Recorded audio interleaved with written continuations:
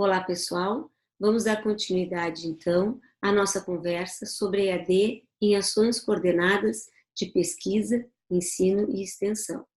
Hoje focados na pesquisa em educação à distância. Primeiramente, vamos nos perguntar o que é pesquisar. Pesquisar é se perguntar, é refletir, é a incerteza sobre algo, é a dúvida. A dúvida sobre algo que realmente eu não sei, que realmente desejo saber. Muitas vezes nossos estudantes vêm a nós querendo fazer seu trabalho de conclusão ou uma pesquisa na especialização, no mestrado, e nos dizem, eu gostaria de escrever sobre a dificuldade que possuem as escolas públicas no acesso à tecnologia. Bom, isso já é uma certeza, não é uma dúvida, então não é uma pesquisa. Claro que podemos escrever sobre algo, dar nossa opinião sobre algo, mas isso não é fazer pesquisa. Pesquisar é ter uma dúvida, é ter uma questão, é ir em busca de algo que realmente eu não sei. A pesquisa, ela emerge na ação, no fazer e no atuar, e se constitui no agir de um pesquisador que deseja saber sobre algo. Eu, por exemplo, não poderia pesquisar sobre os vinhedos da região sul. Não é algo que está sob meu domínio de fazer, sobre a minha ação social ou sobre a minha ação de trabalho. Não é algo que eu tenha condições de formular uma questão de pesquisa. Não há problema, nos diz Maturana, não há questão a ser pesquisada fora da prática de viver de quem pesquisa. Quando eu vou pesquisar, eu vou pesquisar inserida em uma comunidade, ou em uma escola, ou uma empresa. E essa pesquisa, ela está relacionada, sim, à minha dúvida, a um problema que eu consigo descrever porque estou inserida nessa comunidade. Eu trago para vocês algumas perguntas que podemos nos fazer quando queremos, então, nos lançar na pesquisa. Primeiramente, o que eu desejo pesquisar? Ou seja, qual é o tema? Né? Qual é o foco da minha pesquisa? O que eu sei sobre o tema que eu desejo pesquisar? Por exemplo, né? Se eu vou pesquisar sobre a reprovação dos estudantes nas séries finais do ensino fundamental, bom, eu tenho que conhecer esse âmbito, eu tenho que ser uma professora que está inserida nesse campo. Eu não posso ser uma professora que trabalha lá nas séries iniciais e que quer pesquisar a reprovação no 6º ano. Por quê? Porque está fora da minha ação aquilo que eu desejo.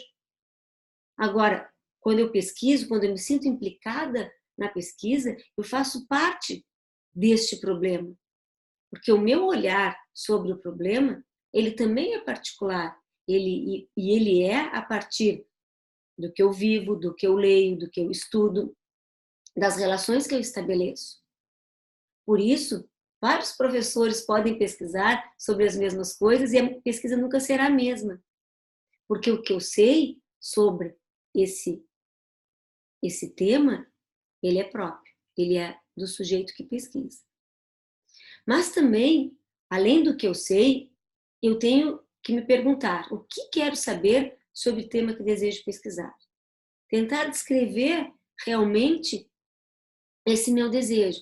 Claro que a questão de pesquisa, ela é mutante. Ela, ao longo do trabalho de pesquisa, ela vai alterando. Claro, ela não muda, assim, radicalmente, mas ela vai se transformando.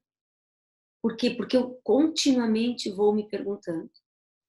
Algumas dúvidas vão virando certezas, outras dúvidas vão surgindo e eu vou avançando na pesquisa e por isso ela vai se transformando. Também tenho que me perguntar qual a importância da pesquisa. Bom, qual a importância e para quem? Primeiramente para mim. Eu penso que o ato de pesquisar, ele traz, primeiramente, indiscutivelmente, contribuição para o sujeito que pesquisa. Né? a contribuição maior da pesquisa é para o pesquisador, é para o grupo inserido na pesquisa. Claro que eu também tenho que me perguntar, para o meu trabalho, qual a importância dessa pesquisa? E eu tenho certeza que todos, né, que estão aqui hoje percebem, né, a importância do estudar, a importância do pesquisar nas suas ações. E aqueles que estão iniciando na pesquisa, com certeza, no futuro verão, né, essas contribuições do ato de pesquisar. As contribuições das relações e das coordenações que fazemos ao pesquisar. Temos que nos perguntar também qual a importância da pesquisa para a ciência. Qual a minha contribuição da pesquisa para o campo, para o tema, para a área que eu me propus a realizar a pesquisa. Claro que essas questões todas eu não vou responder antes de começar a pesquisar. Eu tenho que tê-las para poder me movimentar, para poder caminhar na pesquisa. Também trago outras questões que têm relação com a dinâmica da pesquisa. Como que a gente inicia, como que a gente pensa em realizar, em se organizar, em planejar essa pesquisa. Então, como vou realizar a pesquisa? Eu vou fazer uma entrevista? Eu vou olhar para os meus alunos que estão na escola e fazer registros? Eu vou filmar? Eu vou fazer algumas perguntas a esses alunos? Eu vou usar um diário de pesquisa? Então, como que eu vou me organizar para iniciar? É um curso que eu vou propor aos professores com esse intuito? Outra questão importante é, com que autores converso? Que autores podem me ajudar? Que autores vêm pesquisando também sobre o mesmo tema para que eu possa estar em coerência, né, com o que tem sido pesquisado em torno do tema, para que eu possa também entender a minha contribuição, o diferencial da minha pesquisa em relação às pesquisas que estão sendo realizadas em outros lugares. Quais os passos que eu vou dar? Que tempos, né? Em que tempos? Qual o tempo para realizar isso? Vou realizar leituras, vou a campo, vou olhar para esses registros, de que forma eu vou realizar esses registros. E, bom, e uma parte muito importante também da pesquisa, que eu sempre digo que eu acho que é nesse momento que a gente tem que dar uma parada, parar de falar um pouco e escutar. Escutar o que aquilo que a gente tanto fez, né, estudando, falando, indo a congressos, ou então na própria ação, conversando com sujeitos de pesquisa, ou na própria, numa entrevista, é uma hora de dar uma parada, colocar, né, o bolo no forno e olhar para o que eu registrei, olhar para aquilo que foi feito até então. E perguntar como vou analisar esses registros, esses dados. Bom, então aqui a gente tem um método. O método de pesquisa e o método de análise são coisas diferentes. O método de pesquisa, ele conta para quem lê o meu trabalho aquilo que eu realizei.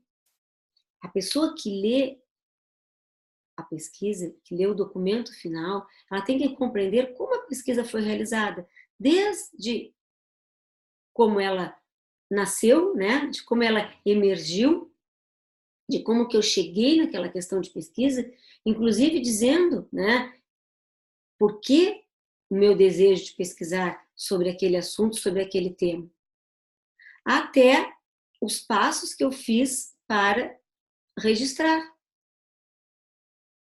os locais, os autores que eu visitei. Isso é o método de pesquisa.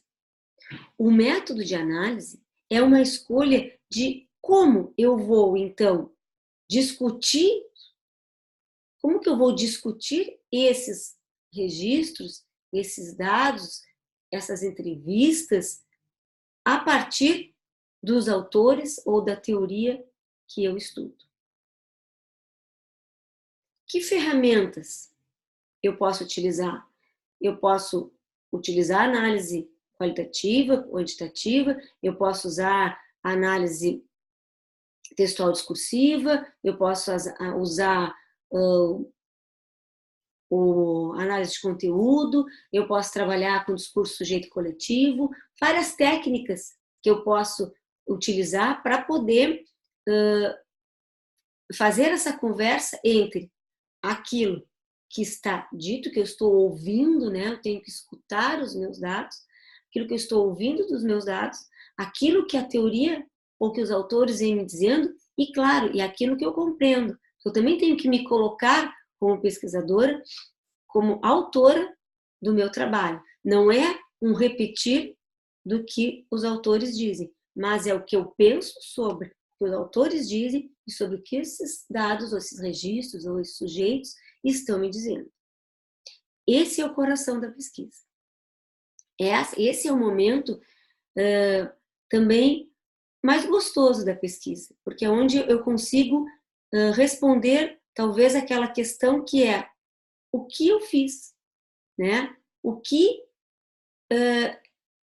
eu consegui compreender com essa pesquisa. Mesmo assim, eu ainda continuo, né, nesse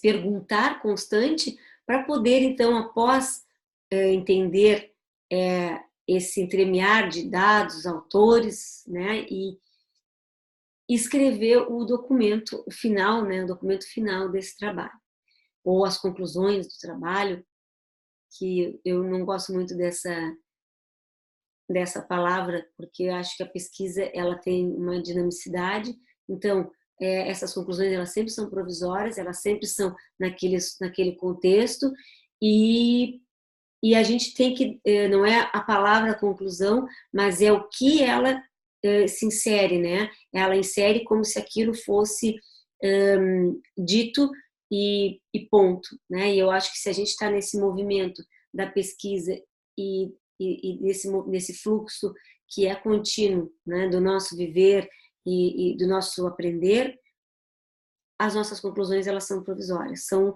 daquele momento, né? Então tenho que me perguntar ainda que perspectivas futuras eu vislumbro. Quando eu estou escrevendo essa parte final da pesquisa, bom, e a partir de agora, o que vou fazer? O que é possível se perguntar a partir dessa certeza, mesmo que provisória, que eu estou trazendo nesse trabalho? O que eu tenho a dizer sobre isso? Né? É um repensar daquilo que eu fiz, por isso é um refletir constante, por isso pesquisar é refletir, porque esse final a gente tem que olhar, fazer esse movimento de volta para trazer para o leitor e para mim também, né, as minhas compreensões. Outro momento importante da pesquisa é onde vou publicar, né? Em que periódicos, em que eventos eu vou publicar a minha pesquisa. Então eu tenho que encontrar os meus parceiros também aí, né? Eu não vou pesquisar fora do contexto daquilo que eu estou fazendo. E essa é uma parte importante, porque não só, mas é a publicação que vai dar visibilidade ao que eu fiz. E é uma forma de retornar à sociedade. Tudo bem que ainda estou retornando à sociedade acadêmica, né? A uma comunidade acadêmica. E eu posso ter outros retornos, sim. Acho que estar em congressos, estar de volta no campo da extensão, do ensino, e fazer com que essa pesquisa se imbrique nas ações de ensino e extensão que eu vou continuar fazendo, é uma forma de dar retorno à sociedade. Conversar com os meus sujeitos de pesquisa após a minha pesquisa também é uma forma de dar retorno àquilo que foi realizado. E penso que a gente tem que olhar para o trabalho e perguntar: o que mesmo eu pesquisei? Isso significa olhar para a questão de pesquisa de novo. Será que aquilo que eu perguntei, que eu disse que eu ia pesquisar, foi realmente o que eu fiz?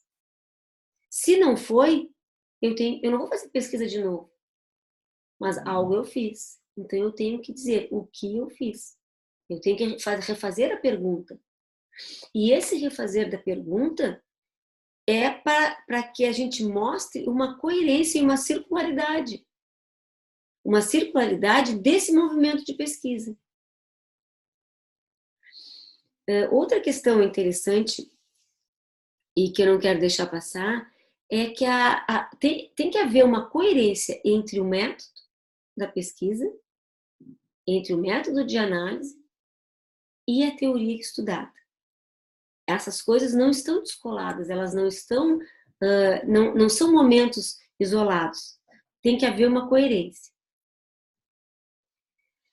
Eu trago, então, algumas pesquisas em EAD que eu tenho participado, né, como orientadora, para que a gente possa pensar também em alguns assuntos, né, sobre alguns assuntos que os pesquisadores estão se interessando e vêm desenvolvendo especificamente aqui no nosso grupo de pesquisa Educação à Distância e Tecnologia. Então, a primeira pesquisa que eu trago é virtualizações e atualizações em redes de conversação sobre o currículo de um curso online de licenciatura em ciências. Então, essa pesquisa é uma daquelas pesquisas que eu falei na nossa outra conversa sobre o curso online de ciências, sobre o curso de licenciatura em ciências, né, que é oferecido à distância. Então, essa pesquisa é da professora Ivane Voisin, e foi uma das pesquisas que desenvolvemos enquanto estávamos planejando o curso, enquanto estávamos justamente nas virtualizações, nesse processo de pensar, de ver as leis, de organizar a questão interdisciplinar, de poder aprovar esse curso que tem um currículo diferenciado dentro da universidade. Então, a tese da Ivane surge nesse momento, nos dando muita potência, né, e muita certeza também daquilo que a gente estava fazendo. Uma outra pesquisa desenvolvida no nosso grupo foi Metadesign Educacional, a autonomia compartilhada como cultura emergente na convivência digital. E eu destaco aqui, então, esse trabalho realizado pela Zélia. A Zélia é técnica em assuntos educacionais na universidade. Ela trabalha com a produção de material digital. Ela é uma pessoa das artes, então ela tem toda essa sensibilidade, né, e esse olhar para o metadesign educacional. E nesse momento ela estava trabalhando também conosco num projeto, num edital da CAPES, que fomentava aos professores da universidade bolsas e para os estudantes para desenvolvermos materiais para educação presencial, não necessariamente para educação à distância, mas para educação presencial. Então foi um edital em 2010, se não me engano, que nós trabalhamos com todas as áreas do conhecimento da nossa universidade. E o que eu quero dizer para vocês é a implicação do sujeito, quer dizer, ela só fez essa pesquisa porque ela estava o tempo inteiro neste projeto, coordenando também toda essa parte de produção de material. Então, como eu disse inicialmente, o sujeito implicado na pesquisa, o sujeito olhando pelo lado de dentro, como nos diz Maturana Varela, como um observador implicado na pesquisa. Um outro trabalho que também desenvolvemos, pesquisamos no nosso grupo, é o cooperar no Enatuar de professores e tutores. Então, esse trabalho foi realizado pela professora Tanise, e a professora Tanise, então, ela olhou para essa relação, para aquele professor coletivo, né? Para aquele coletivo de professores que começava a se unir, começava a se formar dentro da universidade para trabalhar nas disciplinas dos cursos de educação à distância que nós oferecíamos. Então, como que a gente aprende a cooperar pedagogicamente? Como que a gente aprende esse trabalho que é compartilhado? E que não é algo fácil, porque enquanto curso de formação e enquanto também vivência nossa na escola, o que temos é o quê? É uma sala de aula com vários alunos e um único professor. Eu sempre digo que o trabalho do professor parece algo solitário. Porque solitário não porque ele esteja sozinho, porque ele está com seus alunos, mas ele não está com um colega, ele não está num conversar com um colega. E aqui, mesmo que a gente esteja um professor responsável por uma disciplina, mesmo que não seja um curso, como também o que eu contei para vocês, da licenciatura em ciências, onde nós trabalhamos vários professores, mesmo que a gente esteja trabalhando um único professor numa disciplina, nós temos outros professores que são os tutores, que estão compartilhando as ações pedagógicas conosco. Então, isso é, sim, um fazer coletivo e um aprendizado para nós, dentro da nossa profissão de ser professor, de estar trabalhando coordenadamente, cooperativamente com o outro.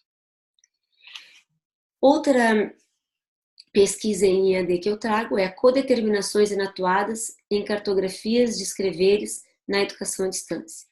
Então, essa tese de doutorado, ela foi realizada pela professora Ana Moura, colega de vocês, professora de vocês na educação à distância.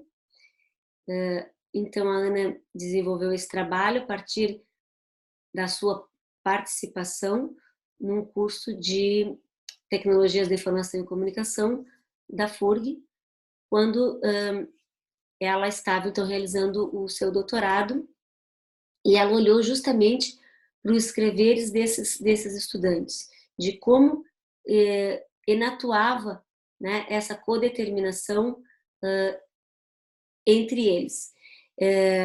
Também a implicação da professora nesse curso, ela era intensa, porque ela já tinha atuado em várias edições do curso. Então, ela conhecia esse curso, ela tinha apropriação das dinâmicas do curso e também uma vivência dos escreveres desses alunos. A última, então, pesquisa que eu trago para vocês, que eu gosto muito do título, são Bytes de Afeto, navegando pelas emoções da tutoria à distância. Essa pesquisa foi realizada pela professora Alice. A Alice, eu não fui orientadora da Alice, eu fui banca desse trabalho, mas acompanhei bem de perto essa pesquisa. E a Alice foi tutora também, trabalhando conosco na Secretaria de Educação à Distância, e fez essa dissertação de mestrado em Recife, na Universidade Federal de lá, e ela trabalhou justamente essa questão da afetividade do tutor, porque a gente percebe isso, né, que a relação afetiva que o estudante tem com o tutor faz toda a diferença no seu aprendizado, faz toda a diferença no seu caminhar do curso, porque é o tutor que está a todo momento numa conversa circular, né, numa conversa constante com o estudante, não só sobre as suas dúvidas em relação a conceitos, mas também as suas dúvidas em relação à tecnologia, as suas dúvidas em relação à própria importância do curso para a sua vida, em relação também aos seus problemas da vida, né? Então é com os tutores que esses alunos conversam sobre essas diferentes emoções que nos afetam todos os dias, né? Então, acho que muitos outros assuntos a gente poderia pensar que são pesquisas em ED, toda essa questão do desenvolvimento também de ambientes virtuais de aprendizagem, sobre objetos virtuais de aprendizagem. Então, temos temas assim variados que podem ser pensados para a pesquisa em EAD, metodologias, a questão metodológica da EAD é algo também importante que a gente tem que repensar, a própria dinâmica dos cursos, os currículos dos cursos na educação à distância. Então, são variados os assuntos que a gente pode pensar.